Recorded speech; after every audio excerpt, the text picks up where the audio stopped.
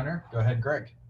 All right, a couple questions, Coach. First of all, so we don't sound like ignorant idiots, pronounce your first name for us so we get that one right.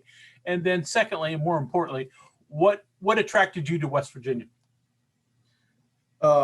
Greg, a lot of people ask me that same question. Pronounce my name as ShaDon.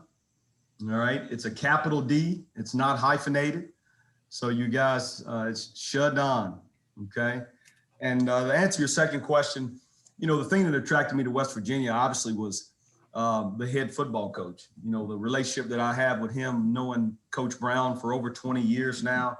That attracted me initially, but then once I came and visited the place and see the visual of what they have here and what they're trying to build with the new facility and the prospect, of this program, the perspective of this program is climbing. And so you always want to be a part of something like that. But initially, obviously, it was my relationship with Coach Brown. All right, next question here from Keenan Cummings. Go ahead, Keenan.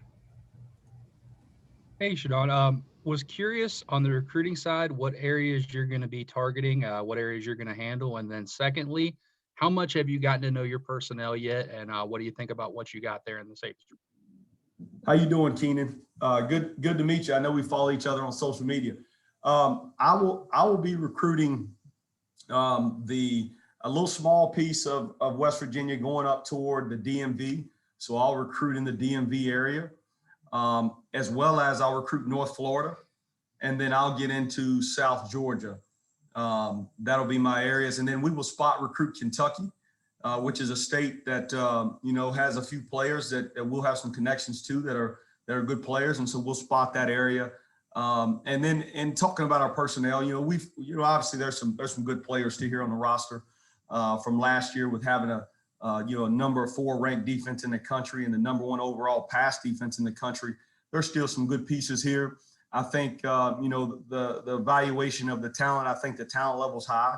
I think we've got, we're obviously going to have to build some depth through spring ball, and that's what spring ball is for. But I think from a talent wise, we got good enough defense to be one of the top defenses again in the Big 12.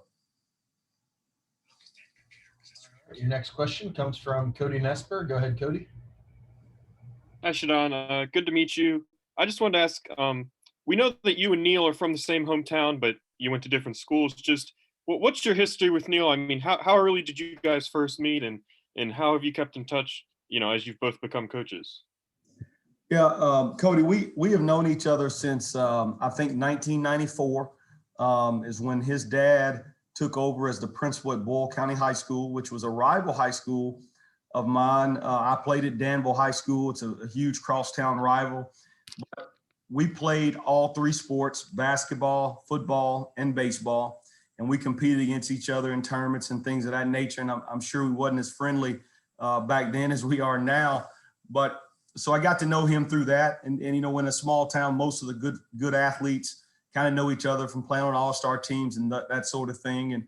And then obviously, as we graduated and went our ways, one of his roommates in college was one of my best friends in high school, Chase Harp, whose dad was our high school football coach. So we always stayed in touch. And then when we got into our professional career, we would text and call and get together in the off season and talk football, and as well as, his father, who was a longtime principal and administrator in the education field, was the guy that got me into high school football for 4 years. So I was a high school head coach from 08 to 2010, 08 through 2010. And that job was given to me in an opportunity that was probably, people were scratching their heads that I got it, but it was because of Tom Brown, which is Neal's dad. And I've got a great rapport and a great respect for the family. And, Tom, his father, is somebody that I always lean on as somebody to ask questions when I'm going into an employment situation. And believe me, I called him when I found out about this opportunity. All right, next question from Greg Hunter. Go ahead, Greg. So, Coach, the scheme that West Virginia runs defensively, how unique is it compared to some of the things you've seen? How much do you have to adapt? Yeah, Greg, I think it's very unique. It's different than anything I've ever been a part of. I've been blessed. You know, sometimes guys get into programs or offense or defense and they say, I'm this guy or that guy. Well, I've been a 3-4 guy my whole career. That's 3 down linemen, 4 linebackers, and 4 deep secondary players. And that's been, you know, mainly in my 18 years of coaching. That's what I've been. And, you know, this opportunity to come in here and coach in a new scheme, all right, learn a different defense and put, you know, my spin on the secondary was intriguing. But this defense is very complex and it's got a lot of moving parts.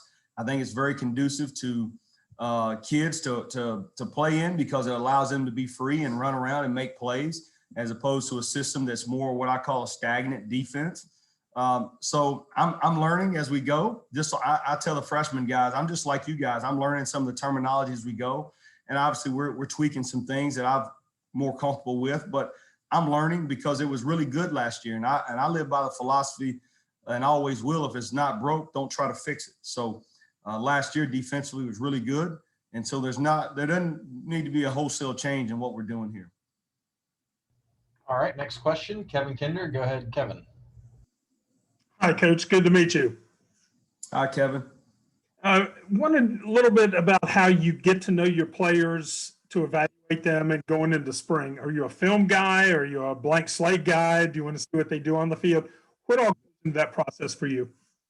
Yeah, I think I'm more of a blank slate guy. You know, I like to evaluate what I see, and I don't watch a ton of film. Some people think that's crazy. How do you learn it?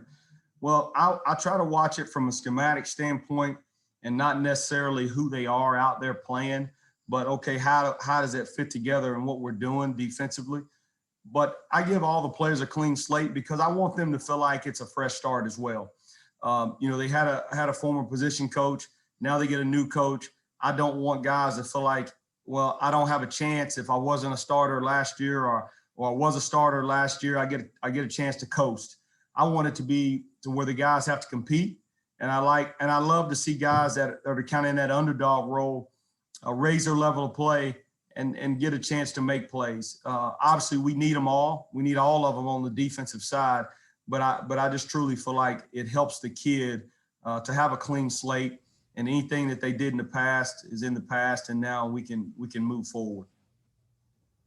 Next question from John Antonik. Go ahead, John. Curious, Coach, what's the best piece of advice you've been given as a coach? And how have you imparted that in your guys? Wow.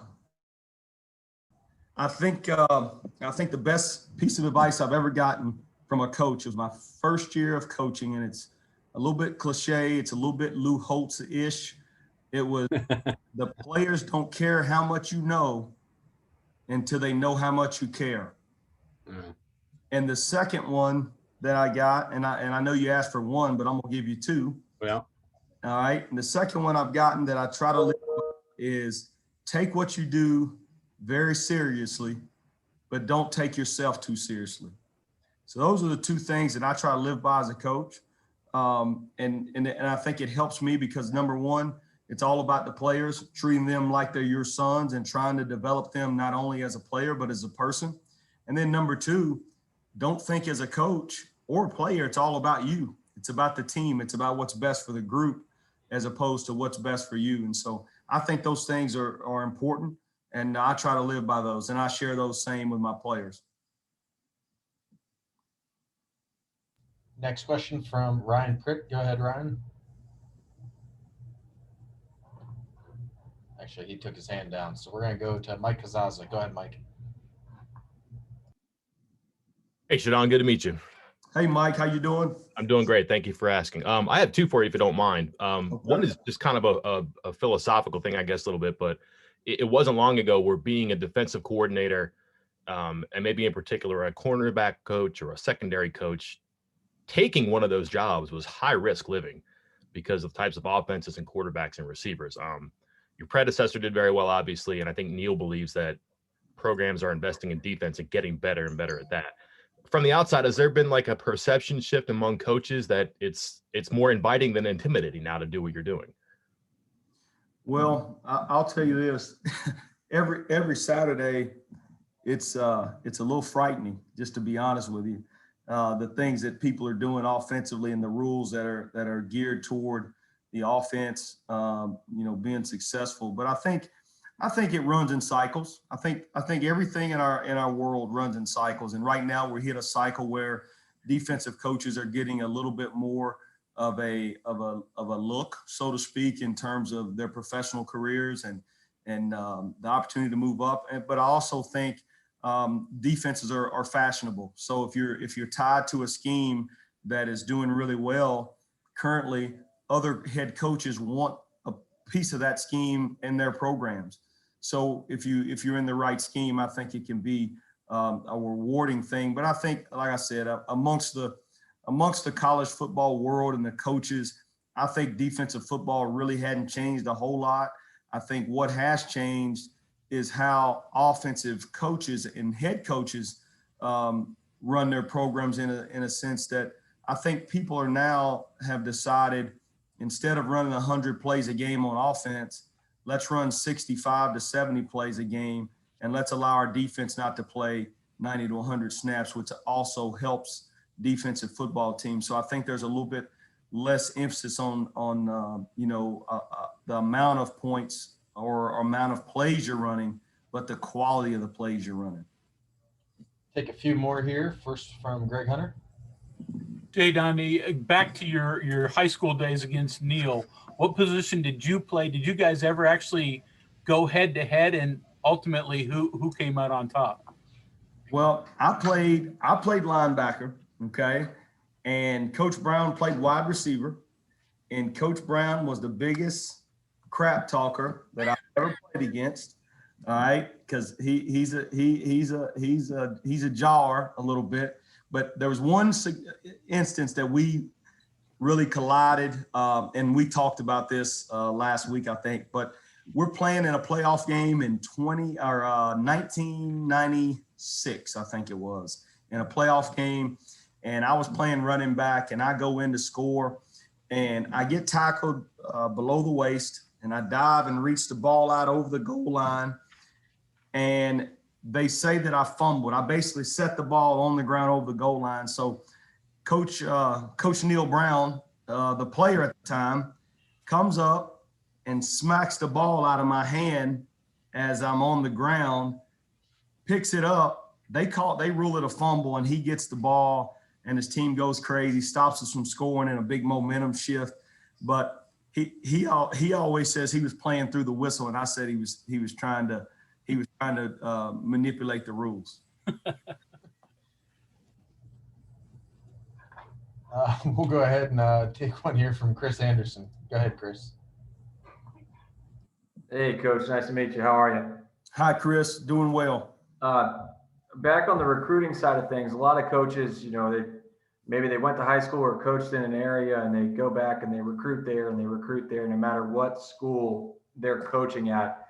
Looking at your history, you've been kind of recruiting everywhere, from Florida to California, everywhere in between, and now, in the DMV, like you said, and some other spots. What's your key to kind of breaking into these new grounds and moving from different area to different area?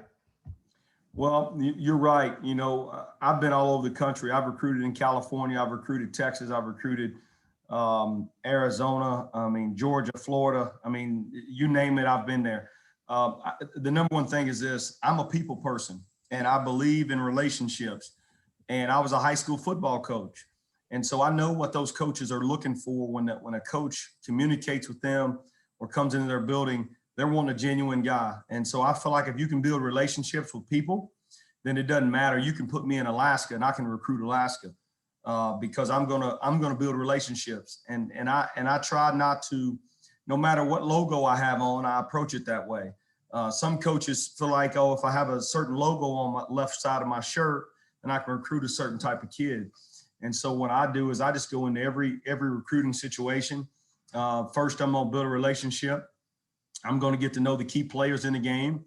And then I'm going to do as much FBI on the kid. All right. What can I find out about the kid? What can I find out about his home life? All those things. And to me, that doesn't matter where you're from. That's just dealing with people. And I think I do a good job of that. And I've been able to recruit anywhere I've been. And so if you told me I got to recruit the state of Nebraska, I'm going to say, come on with it. Let's go. All right, we got one more for you, Coach. Go ahead, Kevin Kinder.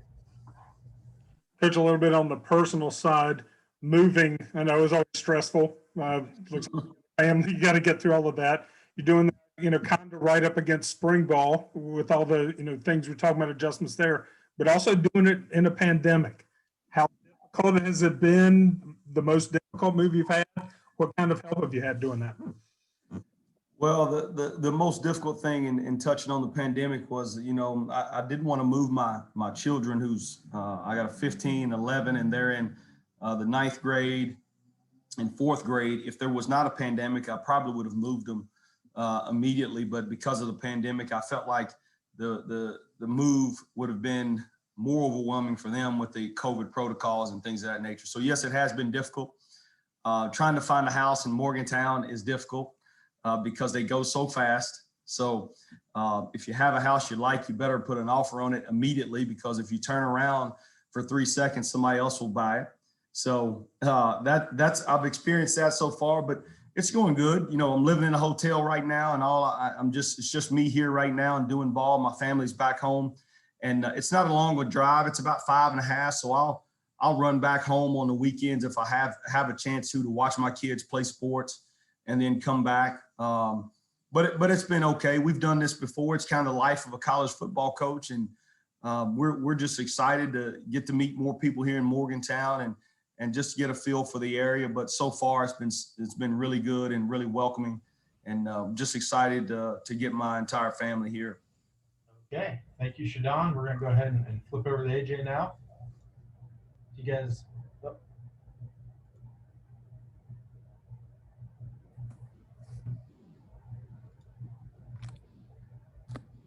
All right.